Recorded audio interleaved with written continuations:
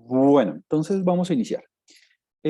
La clase pasada, la última vez, empezamos a trabajar todos los detalles del modelo Poisson y digamos que hicimos toda la teoría necesaria para poderlo implementar, que es lo que vamos a hacer hoy. Dentro de lo más relevante y dentro de lo más importante que necesito que se acuerden, es que vamos a trabajar en particular con el modelo Gamma-Poisson, que es un modelo donde la previa tiene una distribución gamma. Trabajar con un modelo gamma-Poisson, o sea, con una previa gamma, es fundamental porque la posterior nos va a quedar gamma también. Es decir, la familia de distribuciones gamma es conjugada para el modelo Poisson. Si usted en algún momento no quiere utilizar la gamma como distribución previa, lo puede hacer. Lo importante es que lo que usted elija como distribución previa sea algo que esté en concordancia con el espacio de parámetros, que en este caso son los números positivos. Recuerde que la tasa en una Poisson, el parámetro teta en una Poisson, eh, va de, puede tomar cualquier valor positivo, no negativo. Bueno, cero tampoco, todo positivo. Entonces, lo que usted elija como previa tiene que vivir en ese rango de los números positivos. La distribución gamma es perfecta. Decíamos entonces que una vez elegíamos la distribución gamma como previa para el parámetro teta, para la tasa, para el valor esperado en la Poisson, la posterior nos volvía a quedar gamma y los parámetros actualizados eran A más S, donde S es el estadístico suficiente, es decir, la suma de todos los conteos, y B más N. Por eso es que el hiperparámetro B lo podíamos interpretar como el número previo de observaciones y el parámetro A lo podíamos interpretar como la suma de los conteos previos. Digamos que eso es una forma de darle como un sentido al A y al B, pero no es que toque pues darle esa interpretación. Usted le puede dar la interpretación que usted quiera. Lo importante es que el A y el B, que usted elija como hiperparámetros, representen su estado de información previo acerca de teta. Bueno, hicimos varias demostraciones, entre ellas que la media posterior es un promedio ponderado entre la media a priori y la media muestral. Y veíamos también que la distribución predictiva posterior es una distribución binomial negativa. Nosotros no hicimos toda la cuenta, no hicimos todos los pasos, pero sí planteamos la integral y planteamos como el kernel que usted tenía que integrar para llegar a este resultado. Bueno, veíamos también, y ya con esto concluyo el resumen, veíamos también que el valor esperado tanto de teta como una observación futura o de una observación que usted quiere imputar o que no haya podido observar, eh, coinciden y es A más S sobre B más N. Pero veíamos que la gran diferencia entre las dos cosas es que la incertidumbre en términos predictivos es superior a la incertidumbre en términos inferenciales. Y lo veíamos porque la varianza posteriori de teta es menor que la varianza posteriori de una observación futura, es decir, de la distribución predictiva posterior.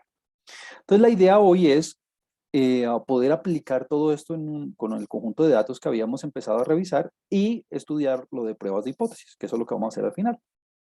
Entonces vamos a recordar un poco, antes de ir sobre lo de las pruebas de hipótesis, el ejemplo, el caso con que habíamos empezado a desarrollar esto. El caso, nuevamente, lo he tomado del libro de Hoff, en el que él propone trabajar, al igual que con los datos de las mujeres que se declaraban felices o no, con la encuesta social general en Estados Unidos, pero en este caso vamos a trabajar con una variable diferente. Decíamos que íbamos a trabajar con conteos, obviamente estamos trabajando con el modelo Poisson, y lo que vamos a hacer es comparar dos poblaciones. La población de mujeres con educación superior y la población de mujeres sin educación superior. Entonces, para eso, este conjunto de datos ya está subido en Moodle. Para eso vamos a consolidar la base de datos en dos instancias.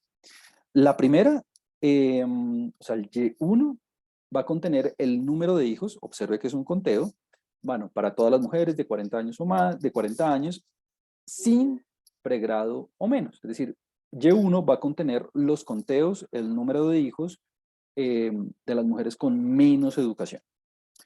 Y Y2, pues va a ser lo mismo, el conteo de número de hijos, pero con educación superior, con pregrado o más. Entonces, la vez pasada habíamos revisado los filtros de cómo consolidamos los datos y aquí voy a hacer dos observaciones. La primera es que, nuevamente, no estamos haciendo imputación de los datos. Ya sabemos cómo es la distribución predictiva posterior, pero cuando vayamos a hacer procesos de imputación, quiero que lo hagamos con más calma, así que por ahora vamos a, digamos, eliminar los datos faltantes. Después los vamos a aprender a imputar con la distribución predictiva posterior o por medio de simulación, después lo veremos. Y la otra cosa es que claramente cuando vayamos a hacer nuestras conclusiones, cuando vayamos a hacer la inferencia, cuando vayamos a hacer la interpretación, es ideal, es obligatorio tener conocimiento como de la ficha técnica y de cuál es el alcance de las conclusiones en el sentido de la generalización. Es decir, es bueno saber lo que discutíamos la vez pasada, ¿no? De cuáles son las zonas geográficas de donde vienen los datos, cuál es la ventana de tiempo de observación, cuáles son las razas de las mujeres que se tuvieron en cuenta, en fin, como que todos los detalles de la encuesta. Pero pues por ahora, digamos, para hacer el ejercicio fácil y simplemente concentrarnos en la implementación del modelo Gamma-Poisson, pues pensemos en la población de todas las mujeres de 40 años en Estados Unidos, en esa encuesta, sin educación, digamos, universitaria, que sería Y1, y con educación universitaria, que sería Y2. Entonces, dentro de la base, entonces quiero comparar esas dos poblaciones, quiero tanto a nivel, digamos, inferencial, digamos, haciendo inferencias sobre la tasa promedio del número de hijos en ambos casos, como a nivel predictivo. Entonces vamos a hacer los dos ejercicios. Entonces, lo primero es que tenemos que revisar tanto los tamaños de muestra como los estadísticos suficientes como para saber con qué data contamos, ¿no? ¿Por qué? Pues porque recuerde que la distribución posterior depende de tanto el estadístico suficiente, que es la suma de los conteos, como los tamaños de muestra. Entonces, tenemos 111 mujeres para el primer conjunto de datos, es decir, para las mujeres que no tienen educación superior, y 44 mujeres para las que sí tienen educación superior. Es un caso desbalanceado. Lo óptimo sería tener, digamos, tamaños de muestra más o menos equivalentes, pero digamos que esto es lo que ocurre cuando estamos haciendo estudios observacionales, ¿no? Nosotros no tenemos como control de ese tipo de factores, pues porque es lo que nos llega, pues. Es decir, no es como en un diseño experimental donde usted tiene, digamos, la capacidad de alguna manera controlar los tamaños por cada bloque. Entonces tenemos 111 para N1 y 44 para N sub 2. Listo, ya tenemos, digamos, una parte de cómo actualizar la distribución posterior. Ahora los estadísticos suficientes. Para el primer grupo, vamos a tener 217, la suma de todos los conteos va a ser de 217 hijos, y para el segundo, para las que tienen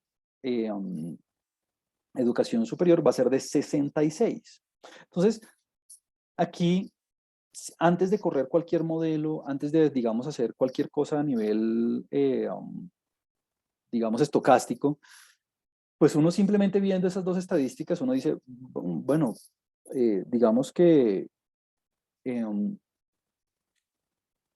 número de hijos de las mujeres que no tienen educación superior, pues es bastante superior, casi 4 veces más, casi 4, 3 y medio veces más que las que tienen educación superior. Es decir, como que por lo menos en como indicio, como a forma de exploración eh, netamente descriptiva de la base de datos, estamos percibiendo algún tipo de diferencia vamos a ver si a nivel poblacional captamos o podemos establecer diferencias significativas entre las dos poblaciones.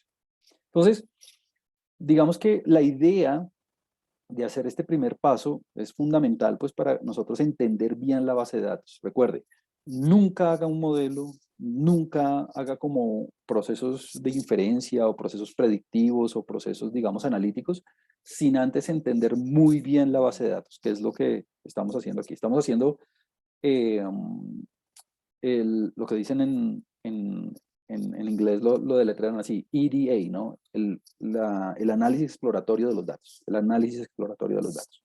Y esto uno lo puede complementar con algunas visualizaciones o, bueno, de pronto con algunas medidas extras. Bueno, ahora, ¿cómo vamos a implementar un modelo Poisson para caracterizar la población, para caracterizar el mecanismo aleatorio que le dan vida a los datos a nivel poblacional? Pues es bueno digamos, darse una idea de cómo es esa relación restrictiva que tiene el modelo Poisson. Recuerde cuando empezamos a ver este modelo, que el modelo Poisson es un modelo muy restrictivo porque eh, de alguna forma la relación media-varianza es igual a 1 siempre. ¿Por qué? Porque la media en una Poisson es teta, la varianza en una Poisson es teta, entonces el cociente siempre va a dar 1. Y una manera, digamos, de chequear si en este caso, vale la pena considerar ese modelo es tomar las muestras y hacer los cocientes a ver cuánto me da. Entonces, esa relación en el primer grupo me da de 1.03, no es algo que, digamos, me preocupe mucho, lo mismo que en el segundo, 1.09, es un valor, digamos, cercano a 1 de alguna manera. Así que mm, esta primera, digamos, análisis informal, porque esto no es ninguna prueba de hipótesis ni nada de eso, me da una idea de que el modelo PASO puede ser una muy buena alternativa para modelar estas dos poblaciones. Ahora, dos comentarios. Primero, eh, este, esta observación de coger las muestras y analizar la relación media-varianza no es formal, es decir, es simplemente una descripción, es simplemente una idea de lo que está pasando en el caso. Todavía no hemos hecho ningún proceso aplicando alguna teoría o aplicando algún modelo que permita rectificar que lo que estamos haciendo es, digamos, que permita, digamos, en términos científicos establecer lo que estamos observando. Es simplemente como un vistazo a lo que está ocurriendo en el caso. Si yo quiero chequear Profesor, formalmente, ya te doy la palabra, si yo quiero chequear formalmente la bondad de ajuste del modelo, tengo que hacer varias cosas adicionales. Puede ser un proceso de validación cruzada, puede ser algún proceso de bondad de ajuste por medio de estadísticos de prueba, en fin. Apenas estamos eh, inspeccionando los datos. Ahora sí, ¿alguien quería intervenir? Por favor. sí, profe, esta relación media varianza da algún indicio de sobredispersión o subdispersión en los datos. Claro, entonces, muy buena observación. La idea de hacer esto es que, por lo menos a nivel descriptivo, nosotros nos podamos dar una idea de si hay una sobre o subdispersión muy marcada, dependiendo de si el cociente da muy superior o muy inferior a 1. En ese caso, ya uno diría, bueno, el modelo Poisson puede que no me vaya a salir muy bien, pero, yo hago la siguiente salvedad. Miren, yo siempre me mando con lo más fácil primero. Entonces, así esta relación me dé, digamos, no sé, de 2, por ejemplo, o me dé un número muy chiquitico, 0.3, yo igual ajusto el modelo y luego aplico las pruebas formales de bondad de ajuste para ver si el modelo capta por lo menos algunas de las características de la población. Sé que no hemos visto ninguna prueba de bondad de ajuste ni nada de eso, pero mi punto es, no descarte un modelo hasta que las cosas útiles o hasta que usted vea que la bondad de ajuste efectivamente no le pasa o no es lo suficientemente buena para describir la población como usted quiera. En ese caso, una vez usted ya hizo como las pruebas, y si le salen muy mal, ahí sí cambie de modelo al binomial negativo, a un modelo pasó con un parámetro extra para captar la sobre o la subdispersión, en fin. Pero no, no lo haga hasta haber hecho esas pruebas. Esto es apenas como una descripción, porque ¿qué puede pasar? Puede pasar que a nivel, digamos, descriptivo, la cosa no se vea tan bien, pero el modelo sí alcance a captar algunas cositas de la población de buena manera. Pues cuando veamos, eso lo vamos a ver hasta que ya sepamos algo de simulación, hasta que, hasta que probemos la bondad de ajuste del modelo de manera formal, no descarte el modelo más sencillo, más parsimonioso. Si ya definitivamente después de hacer las pruebas de bondad de ajuste todo le sale mal, o bueno, o le sale mal, ahí sí, mándese con un modelo más sofisticado. En el último caso de estudio del semestre pasado hicimos exactamente eso. Tomamos el modelo Poisson, un modelo binomial negativo, en un caso de regresión con efectos fijos y aleatorios, y veíamos que a pesar de que el modelo Poisson no era como el modelo idóneo en todo el sentido, sí captaba algunas cosas importantes que permitían hacer la inferencia correctamente. Pero bueno, digamos que en su momento, cuando tengamos más herramientas, lo veremos. Entonces, la gran conclusión de todo esto es que lo que hemos hecho hasta ahora es simplemente observar, chequear los datos a modo descriptivo. Nunca haga nada más allá sin entender muy bien los datos y saber qué tiene usted a la mano. Ahora, eh, técnicamente, técnicamente, eh, un bayesiano muy purista me va a regañar en este punto. ¿Por qué? Me va a regañar porque me está diciendo, ojo, usted está usando los datos antes de ajustar el modelo, usted está usando es decir, usted va a estar usando los datos dos veces. Una, para decidir qué distribución probabilística le va a meter a los datos. Por eso es que estábamos chequeando lo de la relación media varianza. Y otra, para hacer la distribución posterior. Entonces, un bayesiano purista me va a decir, mire, usted está haciendo aquí las distribuciones de frecuencias, aquí estoy simplemente tomando las muestras y viendo las proporciones, o sea, las frecuencias relativas literalmente, eh, pues para ver lo que está sucediendo en el caso, pero un purista me dice, usted está usando los datos dos veces. Una, antes de ajustar el modelo, y otra cuando lo ajusta. Entonces recuerde que eso desde el punto de vista estricto de los bayesianos, eso no está bien, porque mi estado de información previo debe ser externo al conjunto de datos, debe ser lo que yo sé acerca del fenómeno antes de observar los datos. Digamos que esto que estamos haciendo no es un pecado, de alguna manera hay una rama de la estadística bayesiana que se llama Bayes empírico, en inglés le dicen empirical Bayes, que hace precisamente esto, tomar los datos y establecer la distribución previa con base en las muestras. Hay toda una justificación y una línea de pensamiento para mostrar por qué eso puede ser, digamos, beneficioso, pero para un purista eso no está bien, eso no debería hacerse.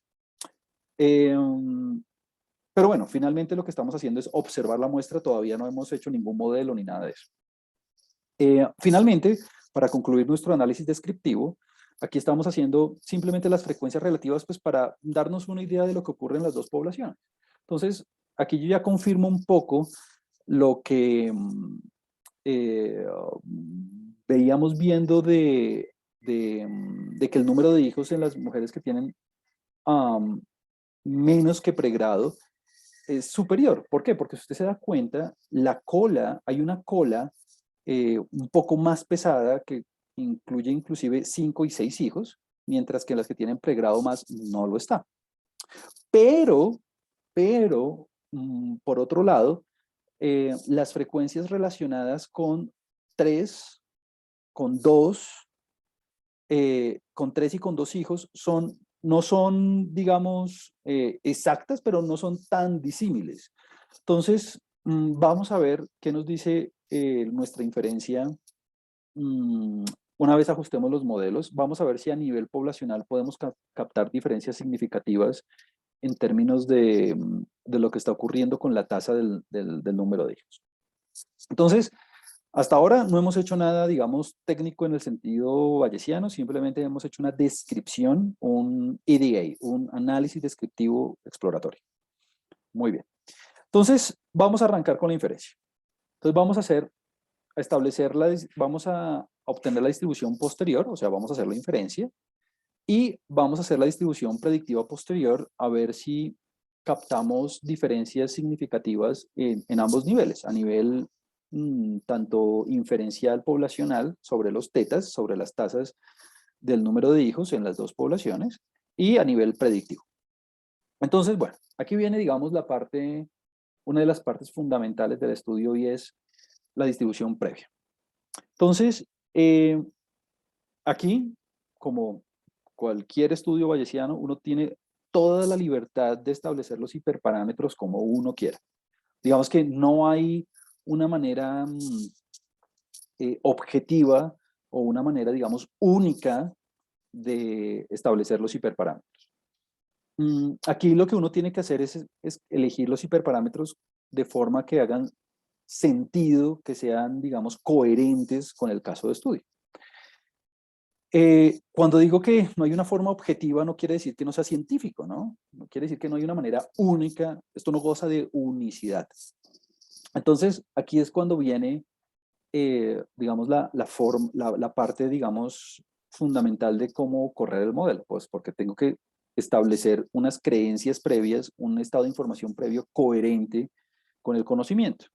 Entonces, por eso yo les recordaba hace un segundo, permítanme un momento, yo voy aquí a la parte de la interpretación de los hiperparámetros, acá. Por eso decíamos que el B, dada su posición mire que el B, usted lo combina con el tamaño de muestra real en la distribución posterior, por lo tanto, el B lo podíamos interpretar como el número previo de observaciones. Mientras que el A, que lo estoy combinando con la suma de los conteos, lo podríamos interpretar entonces como la suma de conteos previo. Entonces, una manera de establecer una previa no informativa, una previa con la menor cantidad de información posible, pues porque pues yo la verdad en este caso no conozco mucho acerca de esa encuesta, no tengo como un estado de conocimiento muy relevante acerca de esa variable en ese momento del tiempo y para esa población. Entonces voy a elegir a B como un número chiquito, 1, por ejemplo. Voy a hacer de cuenta que mi estado de información, voy a hacer de cuenta que mi estado de información corresponde al de una observación a priori. O sea, muy poquita información. ¿Podría establecer el B como 0.5? Sí, está bien. Solamente que, dada la interpretación que le estoy dando, le puedo dar el valor de 1, ¿no? Para decir una observación previa. Juan Camilo, ¿podría poner ahí 0.85? Claro, usted podría poner 0.85 y de alguna manera podría correr usted absolutamente todo el modelo y ver los resultados y demás y compararlos después con el resultado de poner ahí 1 y se va a dar cuenta que no va a haber diferencias importantes. Diferente a si usted en ese B pone, no sé, 100. Si usted en B pone 100, está diciendo, mire, yo tengo mucha información a priori que equivale al de 100 observaciones previas. Y eso es un montón de información porque si nuestro tamaño de muestra más grande es de 111, entonces lo que usted está diciendo es que la cantidad de información a priori que usted tiene es casi que equivalente a la cantidad de información que le da la primera muestra. Entonces, por eso ese B conviene ponerlo bajito, 1, por ejemplo. Y en el A, como es equivalente a la suma de conteos asociados con las B observaciones, y estoy asumiendo una observación, pues básicamente, si yo tengo una persona o tengo un individuo, una mujer, el A va a corresponder al número de hijos a priori de esa mujer. Entonces usted puede poner o un hijo, o puede poner 2, o 3, o 4, bueno. Lo que no puede poner es 0, ¿no? Porque recuerde que la gama con el parámetro de forma igual a 0 no está bien definida. bueno, está bien definida, pero es degenerada. Entonces, usted podría elegir al A como 1. Yo los cálculos los hice con A igual a 2 y la verdad los hice con A igual a 2 simplemente porque cuando hicimos el estudio descriptivo, yo vi que 2 era como uno de los valores más frecuentes, 2 hijos, pero pilas, ahí estoy haciendo trampa en el sentido purista bayesiano porque estoy usando los datos para definir la previa. Entonces, simplemente alguien puede correr el análisis con A igual a 1, por ejemplo, con A igual a 2, como lo hice yo, y con A igual a 3 y ver cómo cambian los resultados. ¿Se podría elegir A como 1.5? Sí, no pasa nada. Yo voy a correr los resultados con A igual a 2 porque veo que es el,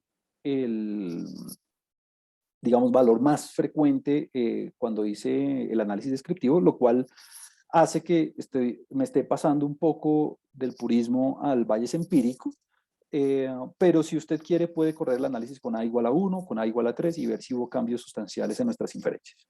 Entonces, aquí estuvo la prueba. A igual a 2 y B igual a 1.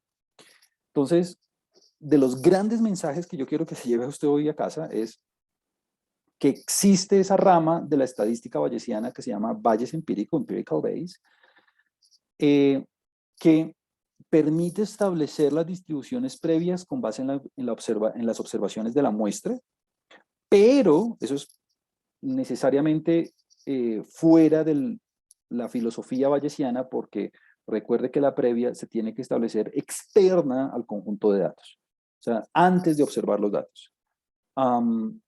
¿Se puede hacer? Sí, se puede hacer, solamente que usted tiene que ser consciente y decirlo cuando lo haga, ¿no? Porque si no estaría haciendo trampa. Bueno, entonces, distribución posterior. La distribución posterior ya sabemos que es gamma, porque estamos trabajando con una familia conjugada, y lo único que usted tiene que hacer es actualizar los parámetros. Al A inicial, sumarle la suma de los conteos, y al B, sumarle los tamaños de muestra.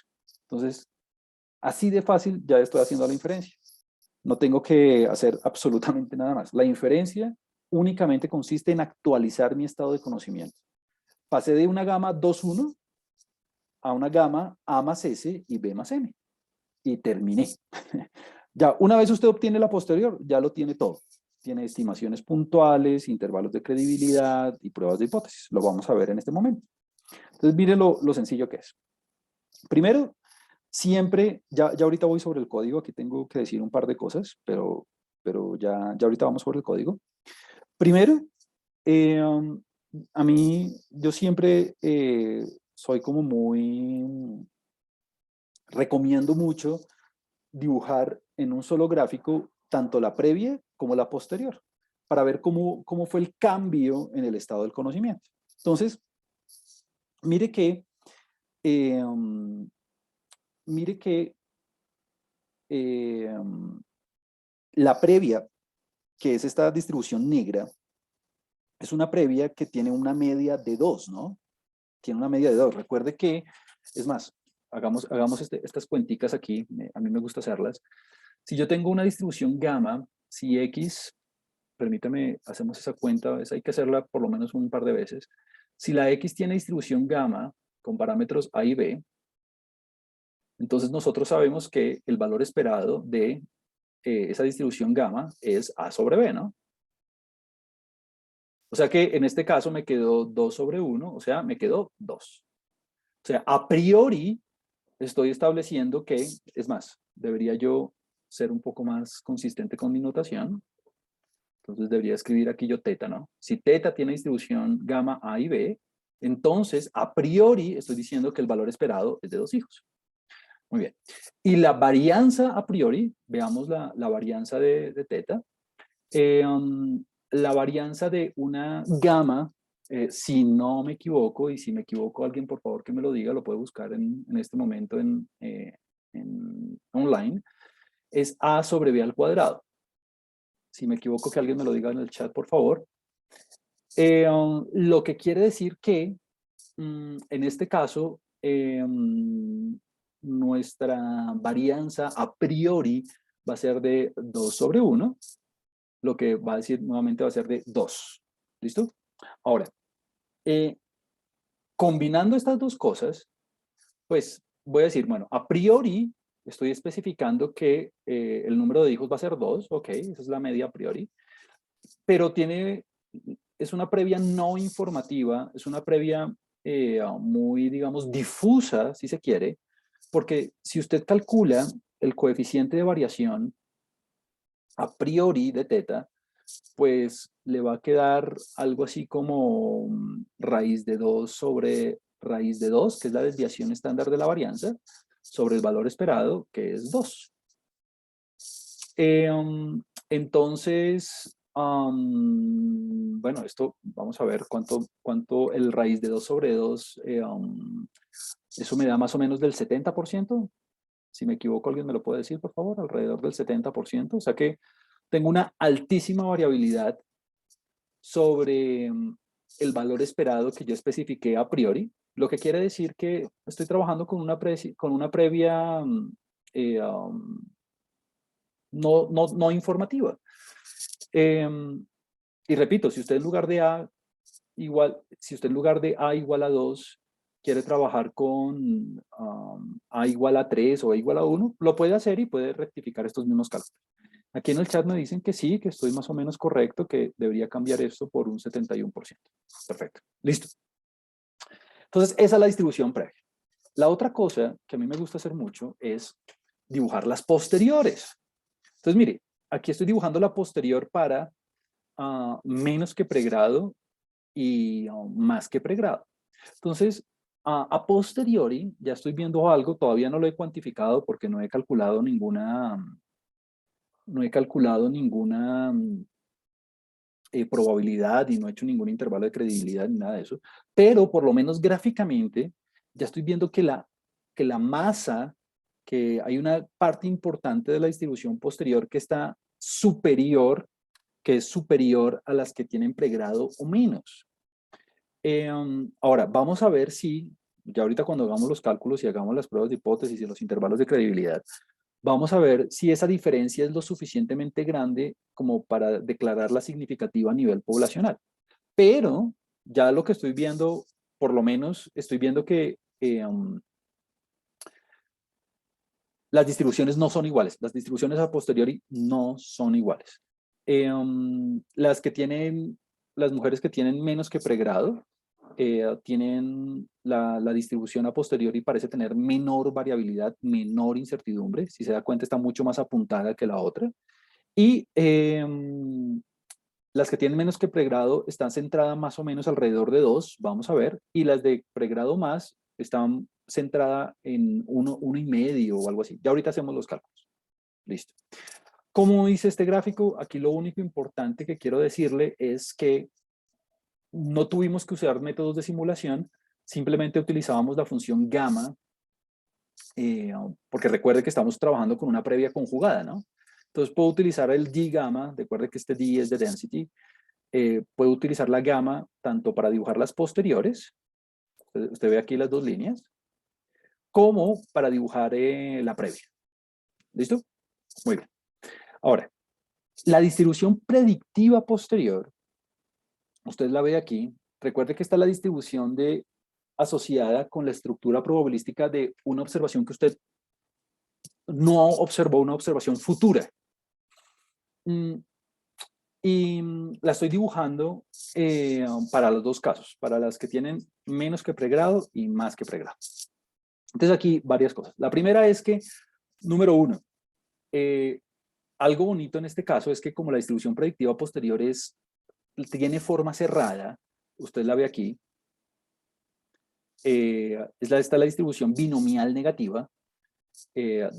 Recuerde, n binom es negative binomial, ¿no? Entonces, la distribución binomial negativa. Aquí en el gráfico, esto me costó a mí un poquito de trabajo cuando lo hice la primera vez.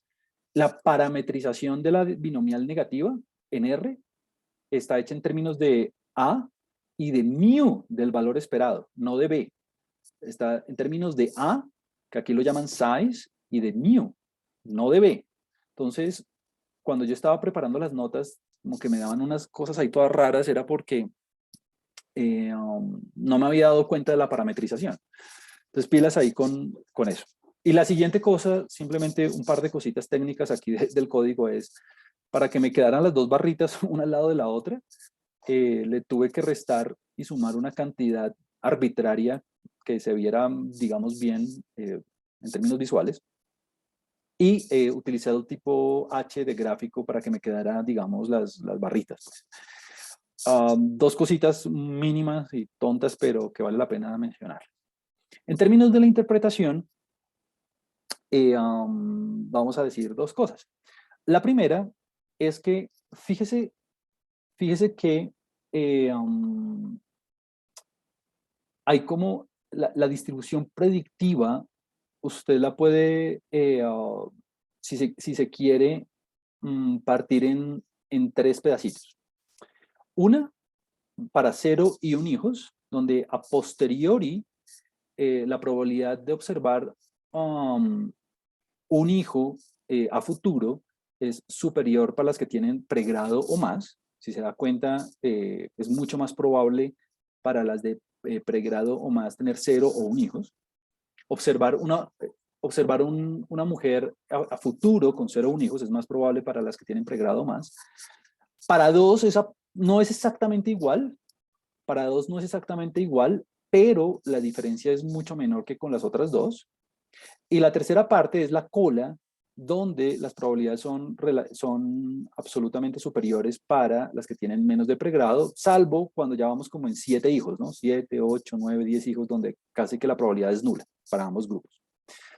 Entonces, tenemos como tres porcioncitas. Una, donde tenemos a 0 y 1 hijos, donde predominan las probabilidades para pregrado o más.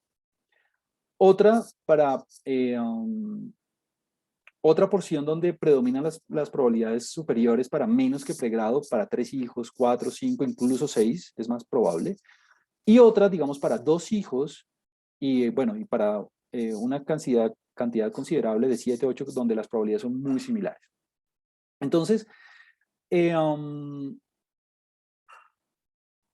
digamos que ya formalmente con estos dos gráficos ya podemos ver cuál es el comportamiento a nivel poblacional, tanto a nivel de la tasa del teta que producen los datos en las dos poblaciones, como a nivel de una observación futura a nivel de las dos poblaciones. Y ya pues con esos comentarios usted ya puede hacer un reporte y puede, digamos, si quiere cuantificar, si quiere, digamos, establecer las probabilidades, no sé, es decir, para un hijo, la probabilidad de observar un hijo para las mujeres que tienen pregrado más es, no sé, 10% o 7% mayor que para las de pregrado menos. En fin, ya usted puede hacer los cálculos, ¿no? Porque ya tenemos los números. Pues. Muy bien. ¿Qué es mi siguiente punto? Claro, estos son los gráficos, pero entonces ahora lo que vamos a hacer es calcular cosas, o sea, mostrar valores, digamos, ya precisos de lo que está ocurriendo a nivel poblacional. Entonces empecemos con la media, empecemos con la media, con la estimación puntual, empecemos con la estimación puntual y los intervalos de credibilidad, tanto para nivel poblacional, de las tasas para los dos grupos, para menos y más que pregrado. Entonces aquí lo único que hice, la verdad sea dicha, es simplemente la media de una gama, que es A sobre B, pero obviamente la media posteriori, y los percentiles, ¿no? ¿Por qué? Porque quiero los intervalos de credibilidad. Intervalo del 0,25 y del 97,5 porque quiero un intervalo de credibilidad del 95%. Y mire que estoy utilizando Q-gamma porque, y eso es lo bonito de trabajar con formas cerradas, no tengo que hacer simulación, no tengo que hacer Monte Carlo, no tengo que hacer cadenas de Markov porque todo tiene una forma cerrada bonita, que es gamma en este caso. Entonces, simplemente calculé la media, o sea, la estimación puntual, y los percentiles, o sea, el intervalo de credibilidad para ambas poblaciones. Y bueno, aquí simplemente le puse los nombres a la tabla y le puse las decimales y eso. Juan Camilo, en lugar de la media, ¿podría trabajar con la mediana, por ejemplo? Sí, si usted quiere poner la mediana también es perfecto, pero pues como las distribuciones son aproximadamente simétricas, no va a haber ningún lío. Bueno, entonces mire los resultados. tenemos que, una de las observaciones que ya habíamos dicho era que la media posterior y la estimación puntual de teta en la primera población con menos que pregrado es de aproximadamente 2, mientras que para pregrado más es de 1,5. Y aquí viene una observación bien interesante, y es que con una probabilidad, ojo bien, ojo con esto, con una probabilidad del 95%, la tasa del número de hijos para las que tienen pregrado o menos está entre 1,7 y 2,2, mientras que para las que tienen pregrado más está entre 1,1, sí, 1,1, 1,2 y 1,8. Entonces aquí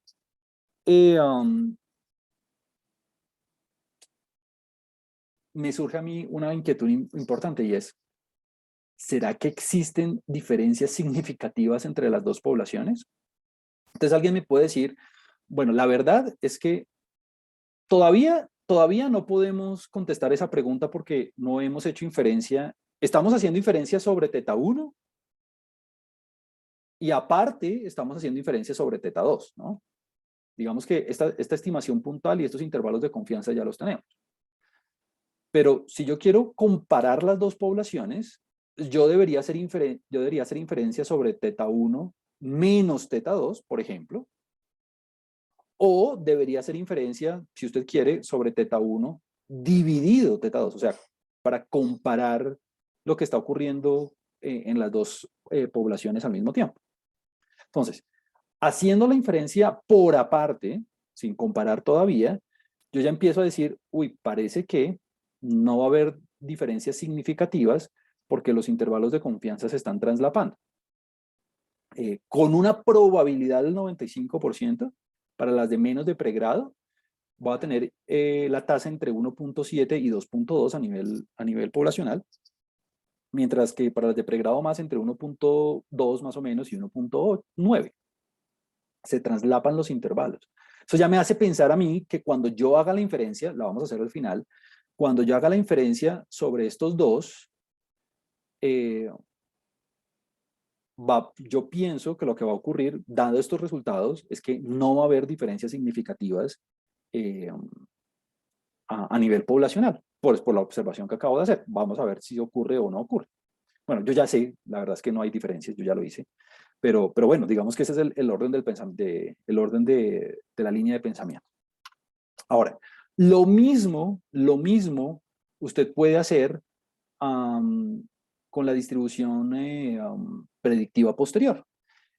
Con la distribución predictiva posterior, recuerde que usted tiene la distribución binomial negativa. Entonces aquí lo que yo puse fue la media y la varianza de la binomial negativa.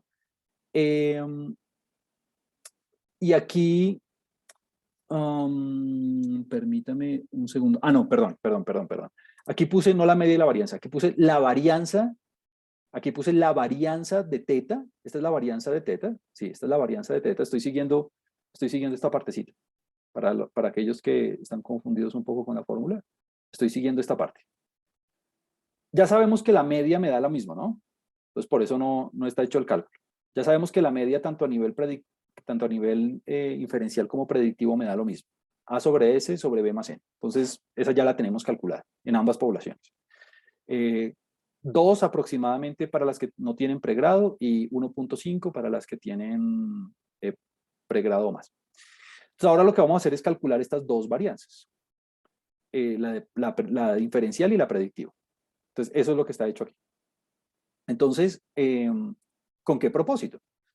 Está hecho ahí con el propósito de que usted vea, en un caso ya aplicado, en un caso digamos empírico, que las varianzas a nivel, digamos, de inferencial, la varianza sobre teta, sobre el parámetro, son inferiores a las varianzas predictivas. Es decir, hay más incertidumbre cuando usted hace predicción que cuando hace inferencia a nivel poblacional. Número uno eso. Número dos, en este caso particular,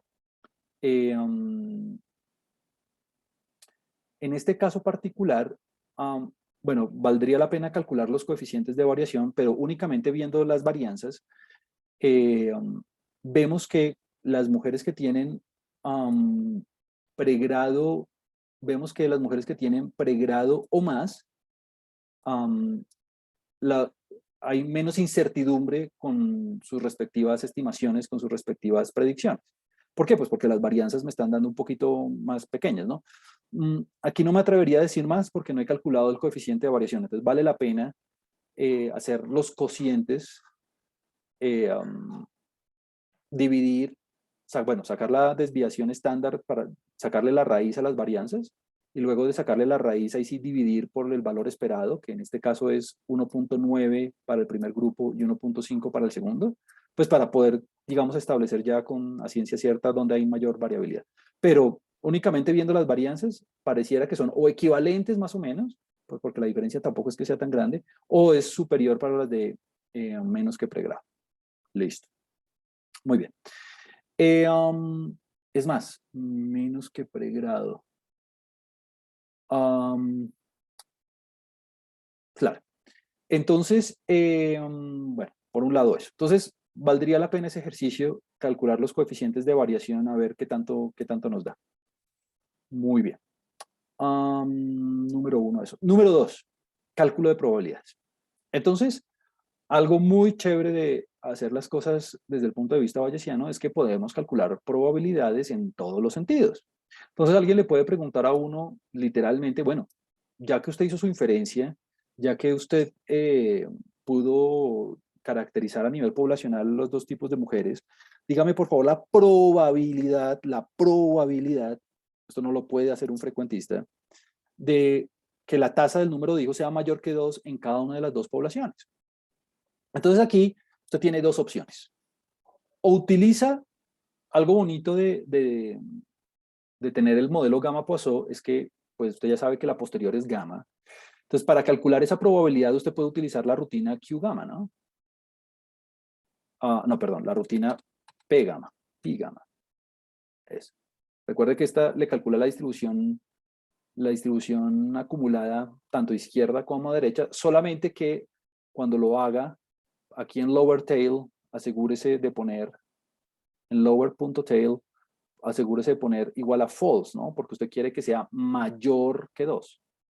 Entonces aquí usted pone Q igual a 2, bueno, pone el shape, que es el A, o sea, aquí pone AP, y el rate, que es BP, ¿no? Entonces usted lo puede hacer de forma exacta utilizando la función P gamma. Recuerde que esto le calcula las integrales de la distribución gamma, entonces muy fácil. O puede hacer Monte Carlo si usted quiere. No voy a ir mucho sobre los detalles ahora porque no hemos visto simulación, digamos, en términos formales, pero digamos que le voy a explicar dos cositas. Entonces ya le dije cómo se hace de manera analítica, ¿no? Con la integral. Desde 2 en adelante, desde 2 hasta infinito, ¿no? Recuerde que esta es la integral desde 2 hasta infinito de la gamma. De la gamma donde θ es el argumento y shape es AP y rate es BP de θ, ¿no? Recuerde que este es el shape y este es el rate. Entonces es P gamma, listo. Lo que vamos a hacer, la verdad sea dicha, lo que vamos a hacer durante casi todo el curso es usar simulación. Entonces, ¿qué hice? Pues puse una semilla aleatoria para que a todos nos diera lo mismo. Siempre que utilicemos simulación, ponga semillas aleatorias. Siempre que usted haga cálculos con técnicas de simulación, ya sea Monte Carlo, cadenas de Markov o lo que sea, use semillas aleatorias para que yo pueda reproducir sus resultados. Recuerde que en ciencia, en el mundo científico, la reproducibilidad es lo más importante. Entonces, ponga la semilla que usted quiera. Yo puse 1, 2, 3, 4, pero ponga la semilla. Nunca haga cálculos usando simulación sin poner la semilla. Entonces, simulé de ambas poblaciones 100,000, 10,000 muestras. Tanto de la población con pregrado menos, de la población con pregrado más, simulé 10,000 muestras. Utilizando la posterior, ¿no? Mire, AP, o sea, el shape y el rate, BP. Y simplemente calculé la proporción de todas esas muestras en ambos casos calculé la proporción de muestras que me resultan superior a 2. Entonces, de todas esas 10.000 muestras que yo simulé, dígame cuáles son mayores que 2. Recuerde que cuando yo hago este statement en R, eso me da falso o verdadero, ¿no? Dependiendo de si es mayor o menor. Y pues como le estoy aplicando la función min, pues el falso lo va a entender como 0, el verdadero lo va a entender como 1, y le va a dar básicamente la proporción de muestras que son superiores a 2. Esto es básicamente Monte Carlo, esto es básicamente simulación. La próxima clase, o bueno, cuando veamos la clase de simulación, que es la próxima clase, eh, vamos a dar como la fundamentación teórica de todo esto vía convergencia y demás.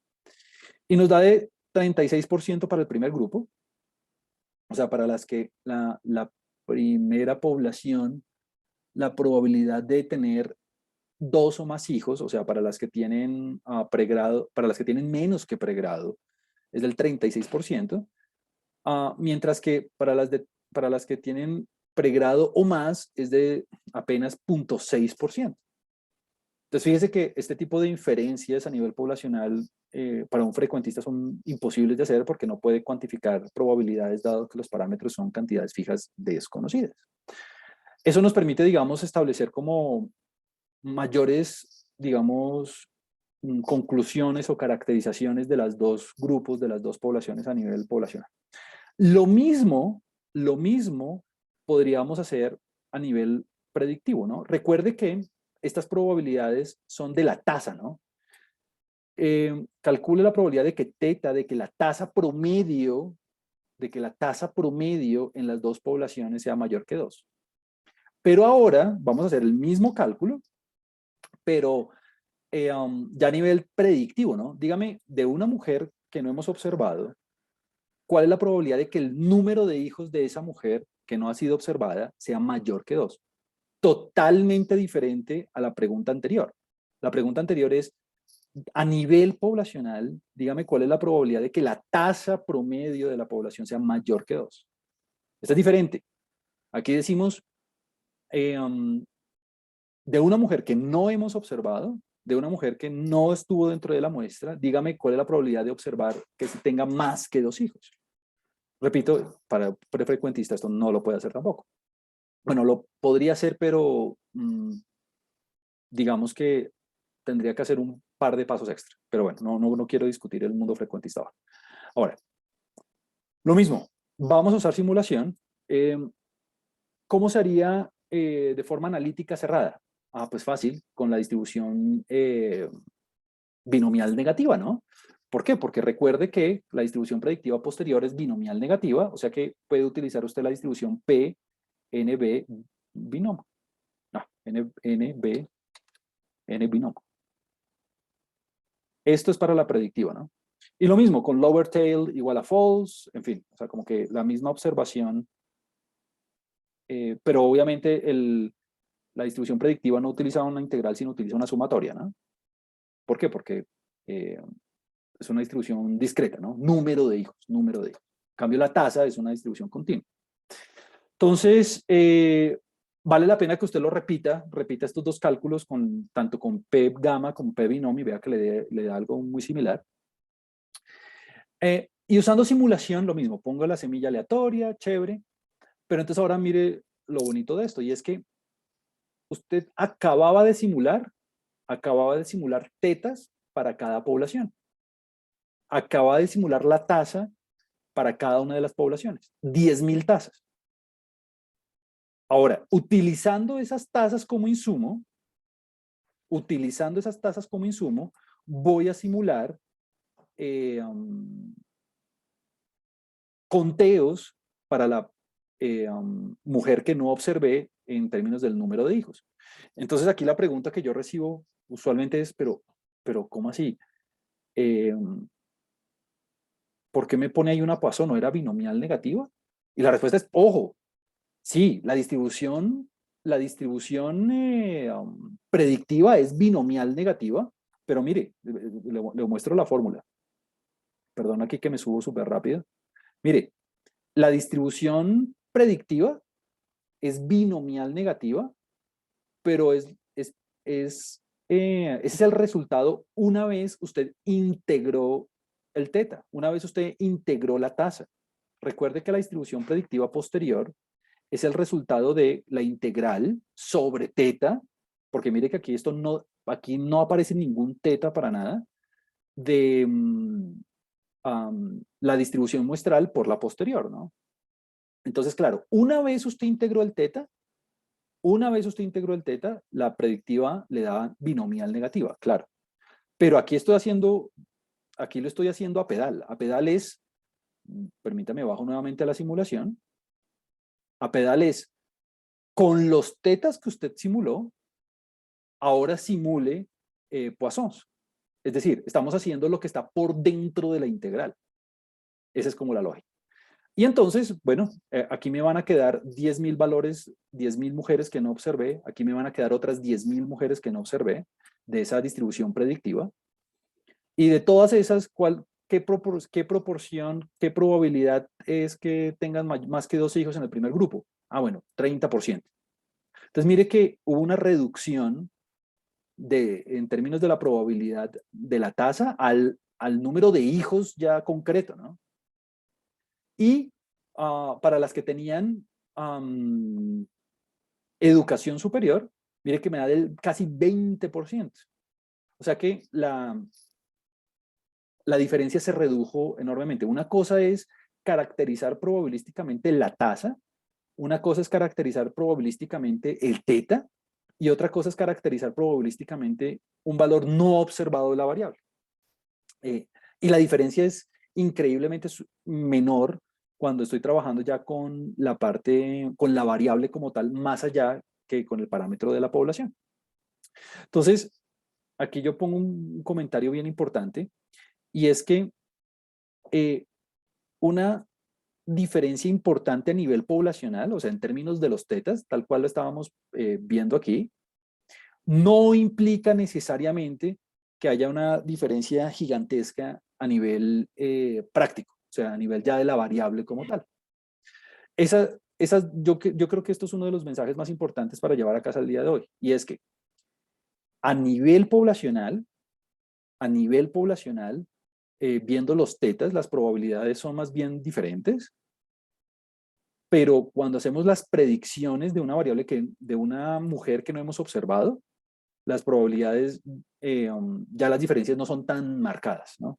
Entonces, una diferencia importante a nivel poblacional, en términos de los parámetros, no implica necesariamente una diferencia marcada en términos prácticos, es decir, en términos de la variable con la que estamos trabajando. Ahora, tengo apenas 9 minutos, así que esto de pruebas de hipótesis lo vemos después porque no quiero correr. Hay que hacer un par de cálculos, así que no lo quiero ver por ahora. Alguien levantó la mano, ya le doy la palabra a Sebastián. Quisiera terminar con la siguiente afirmación, y es, claro, mire, nosotros ya hicimos inferencia, antes de darle la palabra a la persona que quiera hacer la pregunta, sobre teta 1 aparte de teta 2. Entonces ahora quiero hacer la inferencia sobre teta 1 menos teta 2. Si usted quiere hacer sobre el cociente también es la misma cosa, solamente que aquí el punto de referencia es 0 y aquí el punto de referencia es 1, ¿no? Es decir, aquí el punto de referencia para ver si hay diferencias significativas o no es 0, y aquí el punto de referencia para ver si hay diferencias significativas o no es 1. Entonces veámoslo. Haciendo, como veníamos trabajando con la simulación, es muy fácil hacerlo por lo siguiente, porque mire, yo tenía 10.000 observaciones de la distribución posterior del primer grupo, y le resto las 10.000 observaciones del segundo grupo. Estoy simulando, todo esto es simulado. ¿Por qué? Porque no quiero ponerme a hacer las integrales. Esto ya sería una doble integral, ¿no? Esto ya sería una doble integral. Entonces, yo calculo el promedio, o sea, la estimación puntual me da de 0.44 a favor del primer grupo, es decir, en términos de la tasa promedio, las mujeres que tienen, se estima que a nivel poblacional, las mujeres que tienen menos que pregrado tienen 0.44 más hijos que las que tienen educación superior. Pero si yo hago el intervalo de credibilidad, si yo hago el intervalo de credibilidad, aquí es donde viene la doble integral, por eso es que no lo hacemos analíticamente, um, el intervalo va desde menos 0.14 hasta 0.87, que incluye el cero. Y como incluye el cero, entonces no tengo suficiente evidencia para establecer que existen diferencias significativas a nivel poblacional en términos de las tasas. En términos de las tasas. Cuando veamos la prueba de hipótesis, vamos a ver que la conclusión es exactamente la misma. Y en este momento le cedo la palabra al que quería hacer alguna intervención. Sí, profe, es que no me quedó claro ahora cuando se usó la Poisson, o sea, es que no me queda claro en qué momento debo yo usar digamos, la distribución de Y dado teta, que fue lo que básicamente lo que entendí que se hizo en esta simulación, versus cuando debo utilizar yo la probabilidad, la distribución posterior predictiva. Oh, ok, ok. Digamos que no hay, son dos cosas diferentes. No es que toque utilizar una o la otra, no. A mí me gusta hacer el análisis en las dos vías. Entonces, mi comentario es, yo puedo hacer el análisis a nivel poblacional en términos de la tasa, porque quiero describir el mecanismo aleatorio que describe cómo surge el número de hijos. Entonces, este primer análisis es acerca de los tetas, acerca de la tasa que le da vida a los conteos, a los números de hijos. Entonces, por un lado, esa es una porción del análisis. Esa es como una forma de estudiar las poblaciones por medio de las tasas. Ahora, hay otra forma que es a través de la predicción, es a través de cómo estudiar eh, los valores de la variable para un individuo que no se observó. Entonces, aquí ya no estoy observando la tasa promedio, ya no estoy haciendo inferencia a nivel poblacional sobre la tasa, sino estoy haciendo inferencia sobre qué me diría a mí una mujer que no observé en la muestra. Entonces, son dos tipos de análisis diferentes. Uno es acerca de los tetas, acerca del parámetro que le da vida a los datos, y otro es acerca de un valor de la variable que no observé. Otro es acerca de una mujer que no haya observado. Entonces, mi respuesta concreta es, no es que en un caso toque hacer uno y en otro toque hacer el otro, ¿no? Yo por lo general hago los análisis en las dos direcciones para tener un mejor entendimiento de lo que está ocurriendo a nivel global. Uno, en términos de los parámetros, y otro, en términos de un valor de la variable que no haya observado, de una predicción. Entonces son dos análisis diferentes, son dos formas de hacer el estudio diferente, una en términos de los tetas y otras en términos de las variables que no observé. Y ya, eso es todo. ¿Qué les quedo debiendo?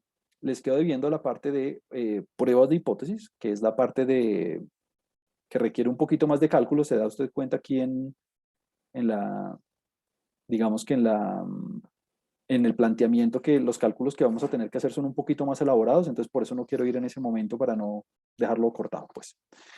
Pero entonces, ¿cuál fue, y con esto cierro el discurso de hoy, cuál fue el gran mensaje de hoy? Número uno, podemos hacer el análisis en función de la población en términos de las tasas, de los tetas, y de la distribución predictiva. Son dos formas diferentes de hacer el análisis a nivel poblacional.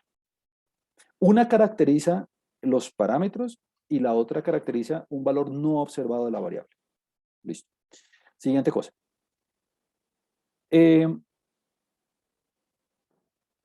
Hicimos inferencia por separado para cada uno de los tetas y pudimos describir qué ocurría independientemente en cada una de las poblaciones. Y luego lo comparamos. Hicimos teta 1 menos teta 2.